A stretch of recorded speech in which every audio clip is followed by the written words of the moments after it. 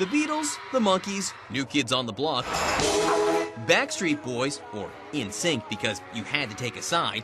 Every generation has a much too adorable set of collectible young men who seem to turn young ladies into a screaming, makeup-smeared puddle of tears. Enter One Direction. Young, check. Handsome, check. Singers of catchy songs, check. Cue the screaming. The almost inevitable galactic success of their new film, This Is Us, is on top of their 14 million Twitter followers. Their first hit single, What Makes You Beautiful, has been viewed more than 400 million times on YouTube. That's what makes you beautiful. Sure, they can sing and just look at those smiles, but plenty of acts fit that bill. What makes boy bands like One Direction so beloved is more about brains than beauty. Not their brains, but theirs, the teens who adore them.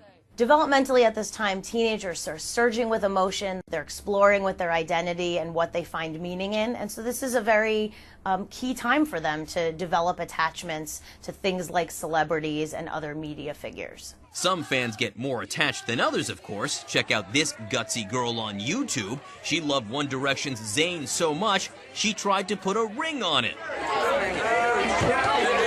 But she isn't crazy. She may have actually thought he would say yes. Promoters are directly speaking to these kids and really drawing them in.